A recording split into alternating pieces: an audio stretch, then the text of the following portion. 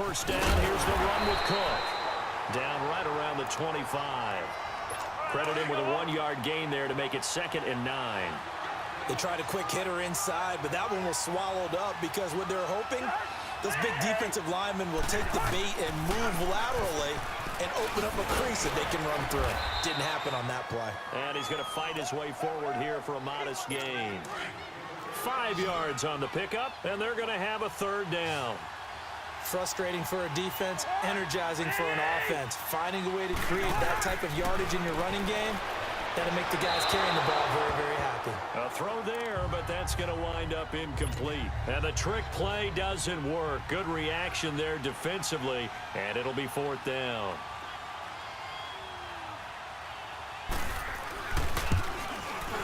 The kick by Carson is good. And that will tighten this one up a bit. Now a 1-score game at 20-13. So a good snap, good hold, and right down the middle. Never in doubt. Just the way you used to hit them, partner. You mean like kicking the ball? Exactly. Well, that was in high school. Doesn't matter. I don't care what level. You hit them, they go through.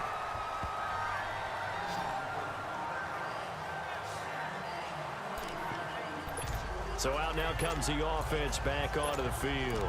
And fortunate to get points on the board last time. They had to hit a really long field goal to do so. The kickers in today's game are so good and so skilled and hit from distances that we almost start to take them for granted. And we can't do that. That's a long field goal that they got 3 points out of. They've got to feel good about that. And they better make sure they love him up because he's helped them out. Yeah, now we'll see if that offense can put 6 on the board here. We'll see. Tough first half for him, unable to put up the numbers he's used to producing. But with a guy like him, you and I both know it just takes a couple of explosive touches for him to make an impact on this game and on the stat sheet as well. Over the middle, and it's incomplete. We are headed to the 4th here on Thanksgiving night. You are watching Madden Ultimate Team on EA Sports. And welcome back. We are in the city of brotherly love, Philadelphia, as we are just about set to go here in quarter number 4. The offense on 3rd down tonight, they've been very good, 5 for 7 thus far. This is 3rd and 9. Now it's Wilson. This is caught by Antonio Brown. And getting this just shy of midfield, they'll spot it at the 49.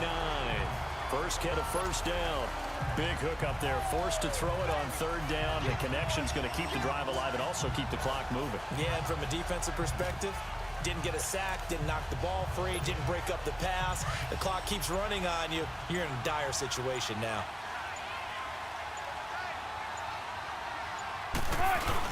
Now a first down carry. It's Williams. And he's able to get this one down to the 40-yard line. 11 more yards that go around. A first down as well. He's still rumbling, isn't he? Still looking fresh in this one despite the heavy workload. But you and I both know, well-conditioned, and he did tell us that he thrives on being at his peak late in ball games.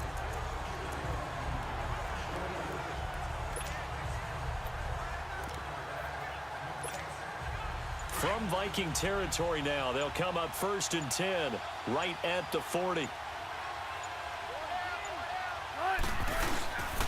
Back to the ground, this time to Tomlinson. And he'll take this one down to the 36. The tackle made there by Linval Joseph. Offensively with the lead, you want to run the ball, keep the clock going, but you also want to still kind of be in attack mode too, right? So how do you do that and not come back on your heels? Yeah, think about all the practices we've watched where they have that tempo period to go over things just like this, where they describe the scenario, tell you what they're looking for, and make sure that they're still attacking, yet at the same time not going so fast as to leave too much time on the clock. A really good pickup of 28 yards. And defensively, they were in zone coverage there. Do you have to be a little careful? You're losing, playing against a good quarterback like he is, to not play too much zone? Yeah, you have to be careful about how much time you're giving up. I think it's a good point you just brought up. So maybe if you still want to play zone, you go to a zone blitz scheme. And you can drop anyone out of your defensive front, defensive end, defensive tackle. It doesn't matter. You just exchange someone to bring more pressure towards the quarterback and still try and cover downfield. They get it to him running left. And he is going to lose yardage here. And now we'll see a timeout used on defense as they stop it right out of the break with 1:57 to go in the ball game. Now this is a big third down, and you'd have to think we'd see a timeout right away if they can't stop him here. On the give, this is their fullback. And running room hard to come by here. He gets it down to the 8. And quickly, we're going to get another stop here with 1:54 left as they call the timeout. And Lutz puts this one through. And that will push the lead up to double digits now at 10. So that's a big one. Obviously, Charles makes it a 2-score game. His third field goal of the game, able to knock it through. Yeah, not exactly free and clear yet, but as a defense, you get to play a little bit looser, don't you? Because you do now have a little bit of a margin of error, don't you?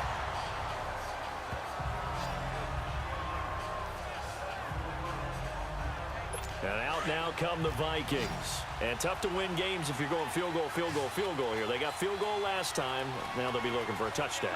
They're looking for the big chunk now because, as you noted, the field goal way of doing it. And the pressure too much that time as Cousins goes down. The man they call Snacks, Damon Harrison, in there to drop him as the clock continues to roll. Here's Cousins. Complete to right. And able to get it here to about the 16-yard line. Only 3 yards on the catch. It's third down. They'll get to the line here, but remember, it's also third down. Cousins to throw. And that is incomplete. We have not seen a whole lot of wide-open receivers. Everything seemingly has been contested. And that's another nice job there to force an incompletion. They've been very cohesive, knowing each other's moves all game long, and they've been on the spot just about every time. And they've held them in check on the scoreboard. He's going to let it fly. And this is intercepted, and that should do it. Picked off by Stephon Gilmore. On fourth down, that turned out like a punt. Maybe he was better defensively there just to knock it down. And you know they go over those situations. All right, fourth down, where's the ball? Where would we get the ball? But instinct takes over, and when it's in the air, they just go and get it. So it's hard to get on if they're intercepting it, but the smart play would have been what you suggested. Knock it down and take over in a deeper position. And now we're going to get a timeout here called by the defense as they get the stoppage with just over a minute to go in the game. So the defense had a chance to catch their breath, and now they're back out and ready. This, in all probability, another run here on 2nd and 8. The give to the fullback on the dive. And he's got this down to the 35. A big pickup there, and without question, that should be more than enough to wrap this one up. Watching that run takes me back to something a famous old coach once said. Any player he wants on his team, he wants him to be. And able to push his way forward here for a good little gain. The tackle goes to Harrison Smith. Let's go 14. Let's go 14. Wilson wants to throw it. And this will be caught. We'll forget taking the knee. Some late gamesmanship here as they throw for a late touchdown. Is it okay if I break one of our rules, partner, which is to never call a game over until it's over? Because this certainly feels like it's over after that drive. Yeah, that was spirit-crushing, wasn't it? And now you just kind of felt the air go out of the balloon. Yeah, they were fighting so hard to stay in there, and they knew they had to stop them on